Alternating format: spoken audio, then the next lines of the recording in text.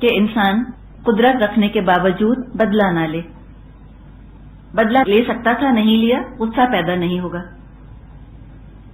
لیکن اگر اس کے ساتھ زیادتی ہوئی اور وہ بدلہ لینا چاہتا ہے اور بدلہ نہیں لے سکتا, مجبور محسوس کرتا ہے اپنے آپ کو, اب غصہ اور تلخی پیدا ہوگی. ہم جو کہہ رہے ہیں نا, اریٹیشن, فرسٹریشن, چڑچڑاہٹ, جھنجھلاہٹ, غصہ, تلخی, یہ تمام چیزیں پیدا ہوں گی. اب اس کو ہم دیکھتے ہیں کہ کیا کریں. اب جہاں تک ذاتی کا تعلق ہے, یا تو ذاتی کا تعلق ماضی سے ہوگا, پاسٹ سے, کہ وہ ہو چکا ایک واقعہ.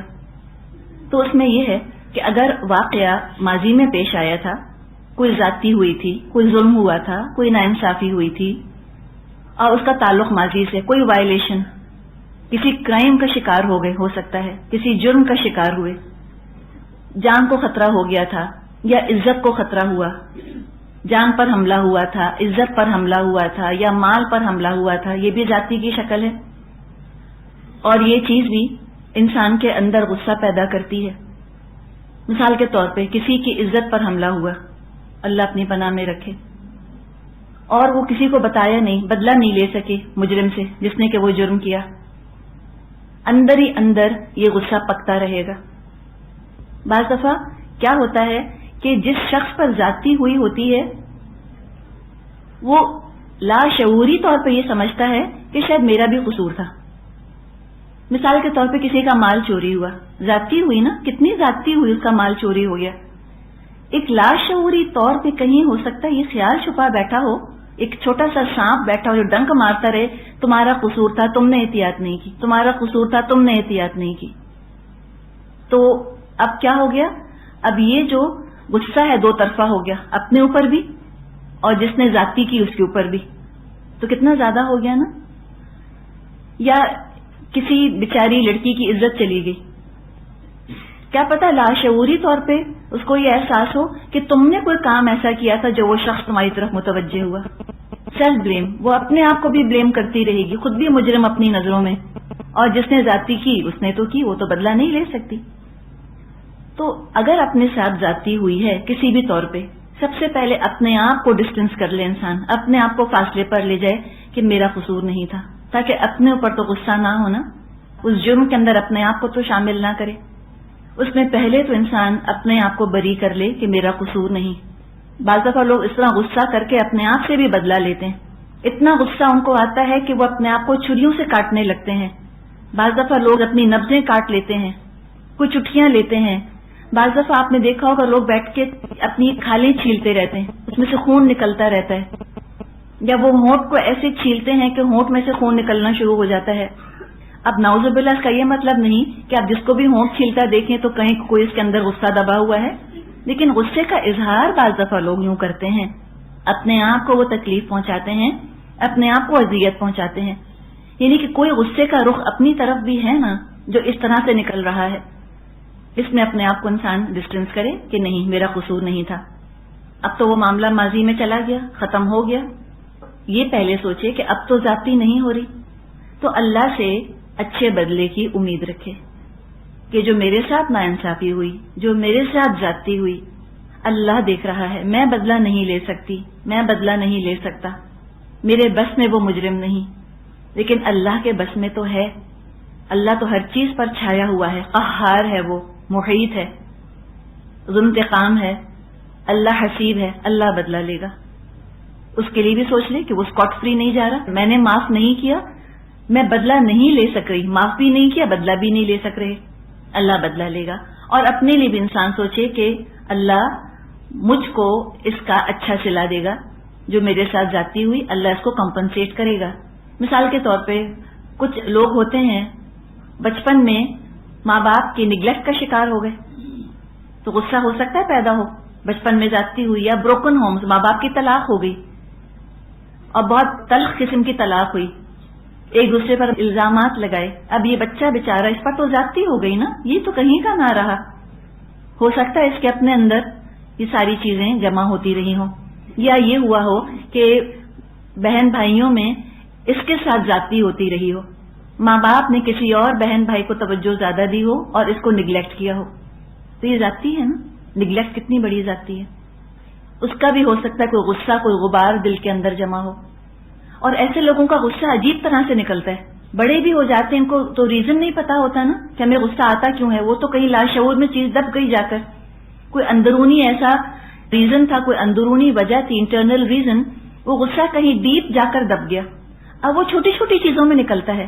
مثال کے طور پہ تحفوں کی شکل میں کوئی ان کو اگر کم پیسے کا تحفہ دے تو وہ آپے سے باہر ہو جاتے ہیں.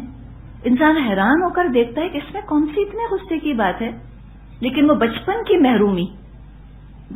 محرومی وہ غصے کی شکل میں نکلتی ہے کہ میں جب چھوٹا تھا یا میں جب چھوٹی تھی تو سب سے گھٹیا چیز مجھ کو ملتی تھی اور باقی لوگوں کو اچھی چیزیں مل جاتی تھیں. اب اسے خود بھی شاید نہیں پتا کہ میں گھٹیا تحفہ دے کر غصے میں کیوں آ جاتا ہوں. وجہ یہ ہوتی ہے. تو انسان ذرا سا اپنے آپ کو بھی ٹٹولے کھنگالے کہ مجھے اس صورتحال میں غصہ کیوں آیا، تحفے کو دیکھ کے غصہ کیوں آیا. تو کیا پتا وہ کسی نتیجے تک پہنچ جائے. اور اس میں یہ چیز بھی فائدہ مند ہوتی ہے کہ انسان کسی ایک شخص کے ساتھ، ایک جس پر کہ وہ اعتماد کرے، یعنی کہ ڈاکٹر بنا کر یوں سمجھے، اور اس سے وہ اس صورتحال کو ڈسکس کر لے، اپنے ماضی کے بارے میں اس کو تھوڑا سا آگاہ کر دے تاکہ وہ شخص بھی علاج میں اس کی مدد کر سکے، وہ چھپی ہوئی وجہ نکال سکے غصے کی، اور وہ پن پوائنٹ کر سکے کہ ہو سکتا ہے اس وجہ سے تم کو غصہ آتا ہو. تو انسان خود نہیں دیکھ سک رہا ہوتا چیز، کسی اور کے دکھانے سے اس کو سمجھ میں آ جاتی ہے کہ ہاں یہ ریزن ہے. تو غصے کی وجہ کو شناخت کر لینا، ریزن آف اینگر کو آئیڈینٹیفائی کر لینا، یوں سمجھیں کہ یہ آدھا مرحلہ حل کر لیا گیا، آدھی جنگ جو ہے وہ جیت لی گئی ہے. وجہ تو پتا چلے کیوں آخر غصہ آیا ہے. یا ہو سکتا ہے کہ ان پر کسی نے بچپن میں بہت زیادہ روب جھاڑا ہو، زیادتی کی حد تک ان پر حکم چلایا ہو، مجبور کر کر کے ان پہ ناقابل برداشت حد تک بوجھ ڈالا گیا ہو کسی کام کا. اب وہ بڑے ہو گئے ہیں، اب وہ ریئیکٹ کرتے ہیں ہر حکم کے سامنے، کوئی بات نہیں سننا چاہتے. کوئی یہ بھی ان سے کہہ دے کہ ذرا پانی پلا دو تو ان کو غصہ آ جاتا ہے. مجھ سے کیوں کہا، خود نہیں کر سکتے، اسی پر ناراض ہو جاتے ہیں، خفا ہو جاتے ہیں. اور ہم کہتے ہیں نا کہ you are taken aback, انسان ایک دم پریشان ہو جاتا ہے کہ اس میں کون سی اتنے غصے کی بات تھی، اتنی سی تو بات تھی، ہم نے تو کہا تھا ذرا سا یہ کام کر دو. تو اگر اپنے اندر مسلسل حکومت کے خلاف یا حکم دینے والوں کے خلاف اگر بغاوت ابھرتی رہتی ہے اور غصہ ابھرتا رہتا ہے، اس کے بارے میں بھی سوچے انسان، کسی سے ڈسکس کرے کہ کیا وجہ ہے، آخر کیوں ایسا ہوتا ہے. لیکن بہرحال اس میں پھر یہ ہے کہ اس کے بعد وہ شخص جو ہے وہ اللہ سے بدلے کی امید رکھے اور اس قصے کو بس اب چھوڑ دے، نئے سرے سے زندگی شروع کرے. یہ کہنے سے تو نہیں ہو جائے گا، اس کے لیے تو کام کرنا ہوگا نا. ہم تو صرف دوا کا نام لے رہے ہیں، ابھی تو دوا کھانی باقی ہے، علاج باقی ہے. دوا لکھ دینا کتنی دیر کا کام ہوتا ہے، 1 منٹ کا. تو یہ بات تو 2 منٹ کی ہو گئی، لیکن اب جب اس کو اپلائی کیا جائے گا تو کتنا وقت لگے گا. ڈپینڈ کرتا ہے کہ یہ سبب کتنا گہرا ہے. چند دن بھی لگ سکتے ہیں، چند مہینے بھی لگ سکتے ہیں، سال بھی لگ سکتے ہیں اس کے اندر. لیکن کم از کم کوشش تو شروع کرے انسان، اس غصے سے نجات تو حاصل کرنا شروع کرے. وہ جو کہیں پچھلی دبی ہوئی چنگاری ہے اندر ہی اندر سلگ رہی ہے اور جلا رہی ہے اندر سے، تو چنگاری کو نکال کر پھینک دے باہر، بس ختم. ہم کہتے ہیں نا پنجابی میں مٹی پاؤ، آگ کو بجھانے کے لیے بھی مٹی ڈالی جاتی ہے. تو بس چھوڑو، بھول جاؤ، forgive and forget، ہو گیا جو ہونا تھا ہو گیا. اگر ذاتی کرنے والے کو معاف کر سکتا ہے یہ بہترین درجہ ہے، معاف کر دے. اور اگر ذاتی کرنے والے کو معاف نہیں کر سکتا تو سوچے کہ اللہ بدلہ لے گا. اور معاف اگر کر رہا ہے تو سوچے کہ میں نے اس کو معاف کیا، اللہ مجھے معاف کرے گا، اللہ میرے بھی قصوروں سے درگزر فرمائے گا. یہ ایک طریقہ ہے. لیکن اگر ذاتی ہے اور وہ اس کا تعلق صرف ماضی سے نہیں ہے اور ابھی بھی ہو رہی ہے، مسلسل وہ ذاتی ہو رہی ہے، تو یہ کرے کہ ذاتی کرنے والے کو احساس دلائے کہ آپ میرے ساتھ ذاتی کر رہے ہیں. جیسے کہ مثال کے طور پہ کچھ لوگوں کا یہ طریقہ ہوتا ہے، وہ کسی کو پنچنگ بیگ بنا لیتے ہیں، اٹھتے بیٹھتے باتیں سنائیں گے، اٹھتے بیٹھتے اس کو ڈانٹیں گے، اٹھتے بیٹھتے حکم چلائیں گے اس کے اوپر.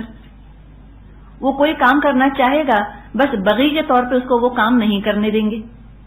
تو جو لوگ بغی کا شکار ہوتے ہیں ان کے اندر بھی بہت سارا غصہ پیدا ہو جاتا ہے، مظلوم ہو جاتے ہیں نا، ہر وقت ذاتی ہو رہی ہے.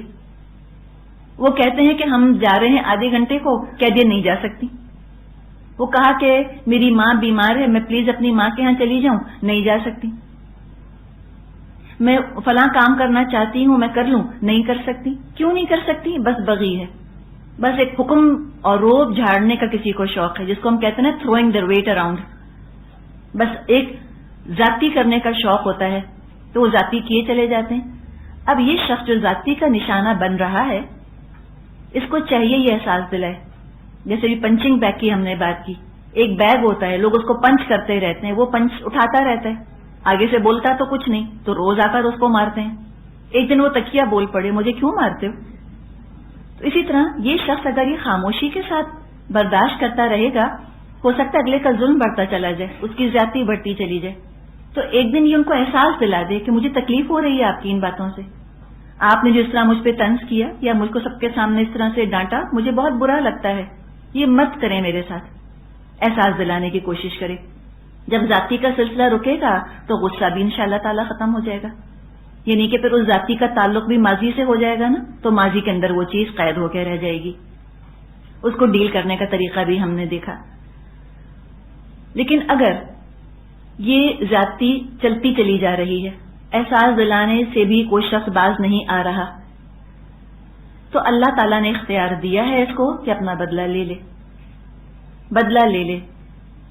کسی نے اگر باتیں سنائی ہیں، کسی نے اگر تنگ کیا ہے، یہ بدلے میں اتنا ہی تنگ کر لے، لیکن کتنا تنگ کر سکتا ہے؟ جتنا اس کو تنگ کیا گیا، اس سے بڑھ کے نہیں، اور بدلہ لے لے تاکہ غصہ ٹھنڈا ہو جائے، اس کی اللہ تعالیٰ نے اجازت دی ہے۔ لیکن ہر ایک بدلہ بھی نہیں لے سکتا ہے نا، ہر ایک تو بدلہ نہیں لے سکتا۔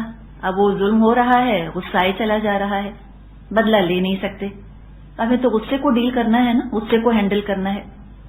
تو اگر ظلم کرنے والے سے بدلہ نہیں لے سکتا تو خود کو حد الامکان اس سے دور کر لے، جس حد تک کر سکتا ہے، ذہنی طور پہ، جذباتی طور پہ، جسمانی طور پہ فاصلہ لے آئے بیچ میں، ایک سیف ڈسٹینس کر لے، ایک بفر زون بنا لے بیچ میں، کہ جہاں سے وہ اس پر حملہ نہ کر سکے، کم از کم اتنا فاصلہ، اتنی دوری اختیار کر لے، بالکل جیسے کہ بچھو کو اوائڈ کیا جاتا ہے۔ بچھو کا تو کام ہے ڈنک مارنا، اور بچھو کو ہم تو ڈنک مار نہیں سکتے، مار سکتے ہیں ایک پاگل کتا ہے جو کاٹتا ہے، ہمیں پتہ ہے یہ پاگل کتا ہے، جو اس کے سامنے آئے گا اس کو کاٹے گا، تو ہم تو اس کو نہیں کاٹ سکتے بدلے میں۔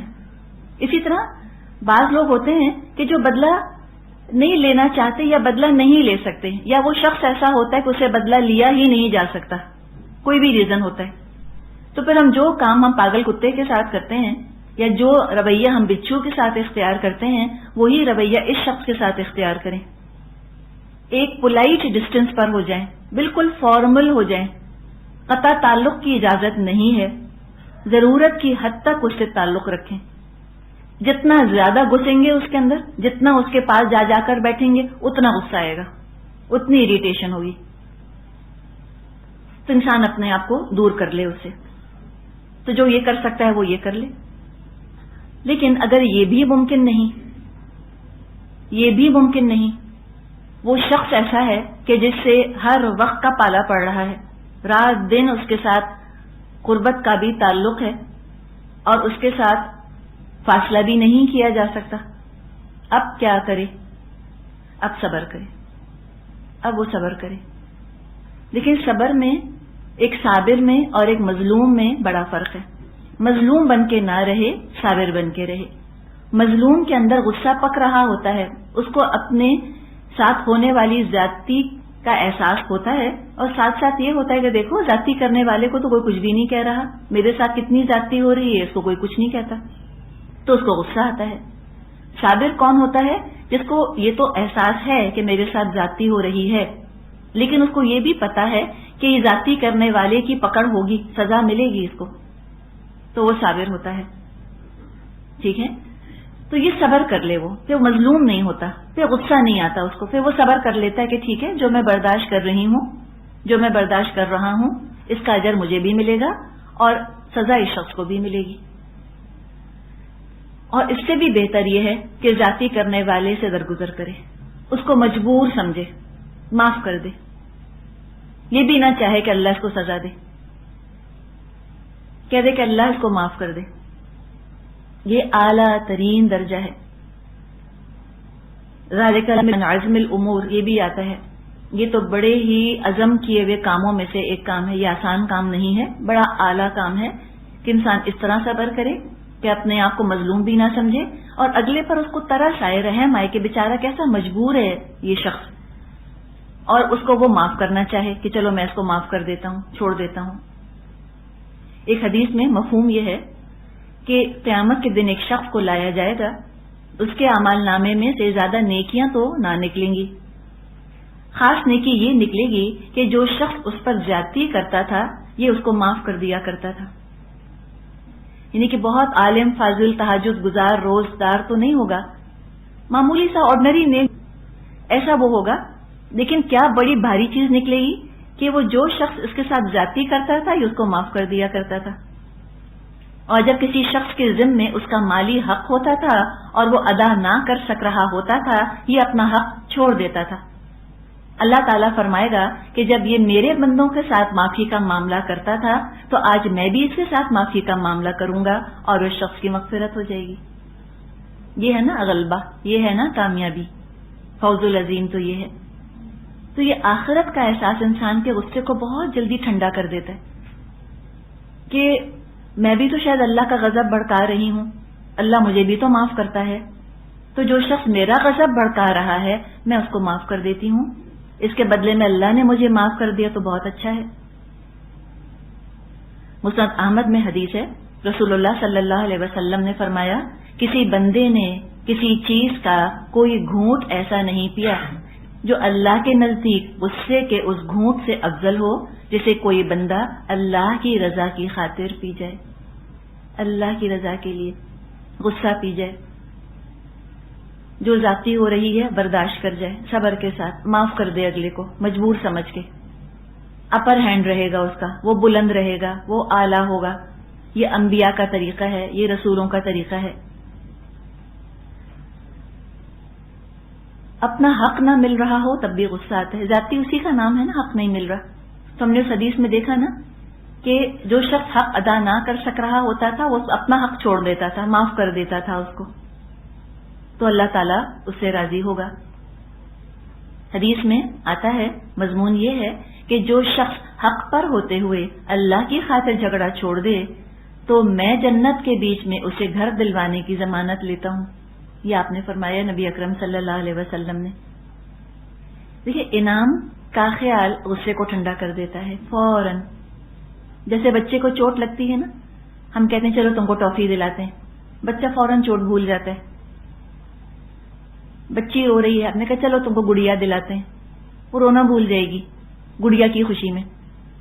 تو یہ بالکل ایسا ہے.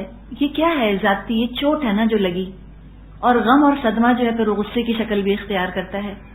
انسان سوچ لے کہ مجھ کو یہ صدمہ تو پہنچا ہے, مجھے غصہ آ رہا ہے, اور پھر سوچے کہ اللہ نے میرے لیے کتنی خوبصورت جنت کیا پتہ اس کے بدلے رکھ دی ہو, تو غصہ اس کا ٹھنڈا ہو جائے گا. ایسا محسوس ہوتا ہے کہ یہ سب سے بڑی وجہ ہے غصہ آنے کی, ذاتی کا شکار بننا, وکٹم بننا.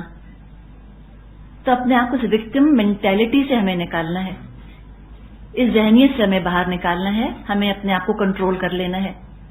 کسی اور کو یہ اختیار نہیں دینا کہ وہ زیادتی تو کر ہی رہا ہے اور غصہ بھی دلائے ہم کو, اور ہم اپنی آخرت بھی کیا پتا پھر برباد کر بیٹھیں اور دنیا بھی برباد کر بیٹھیں. تو اپنا کنٹرول اپنے پاس رکھنا ہے, اپنا ریموٹ کنٹرول کسی اور کو نہیں دینا کہ وہ اس طرح میرے اوپر حاوی ہو جائے یا مجھے نقصان پہنچانے پر پوری طرح سے قادر ہو جائے. تیسری وجہ غصے کی عجلت ہوتی ہے, جلد بازی. جلد بازی کی وجہ سے بھی لوگوں کو غصہ آتا ہے. جلد بازی کی وجہ سے جھنجھلاہٹ چڑھتی ہے, اریٹیشن ہوتا ہے. کسی چیز کی خواہش پیدا ہوئی دل میں, دل چاہتا ہے جلدی سے پوری ہو جائے,